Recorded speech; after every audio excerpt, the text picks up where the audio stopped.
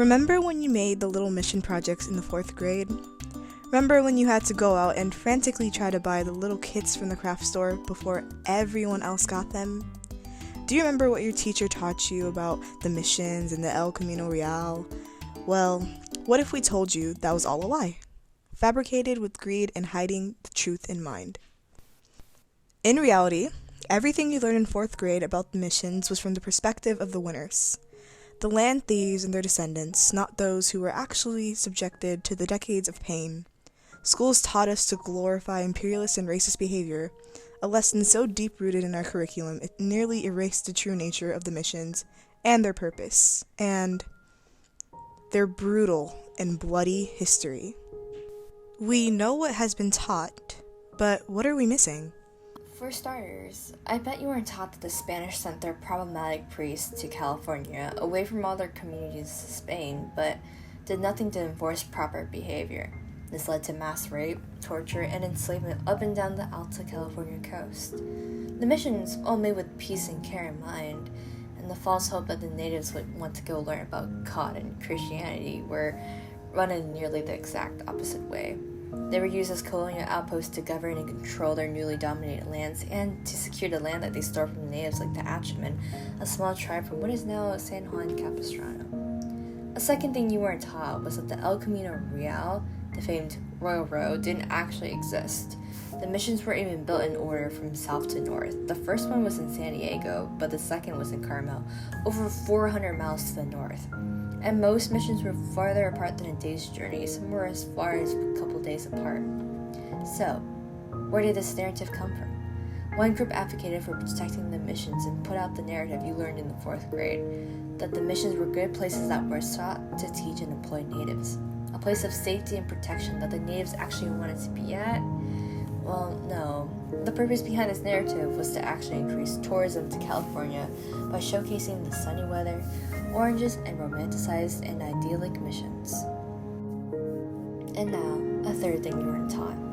What happened to the natives themselves, both during the mission period and after the missions closed? The colonist curriculum taught you that the natives wanted to go and that they lived happily on mission farms and learned about God in return. But what really happened to the natives were that they were forcefully taken away at gunpoint away from their towns and forced to do manual labor like farming and sewing under threat of torture and death, governed by bells and people who saw them as lesser human beings. They were given slop for food and slaved away under the California sun.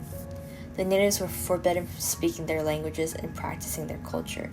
Plus, the native women were raped and forced to bear child after child, and the native men were forced away from their families, unable to see them at all. All of this culminated in an average life expectancies of natives being less than 2 years and the extinction or near extinction of many tribes. After the missions were secularized and closed by the new Mexican government, they were given back to the natives. But, however, because of the California gold rush in 1848, the natives lost their land again to people who wanted to fulfill their manifest destiny. They took away their land again and built mining towns and brought destruction wherever they went. So, when California became a state in 1850, native land was not protected, and thus the last vestiges of free native land disappeared. The Acjachemen of San Juan Capistrano were one of those tribes.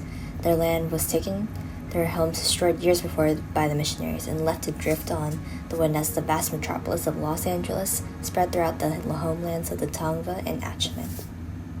And this is where we land today.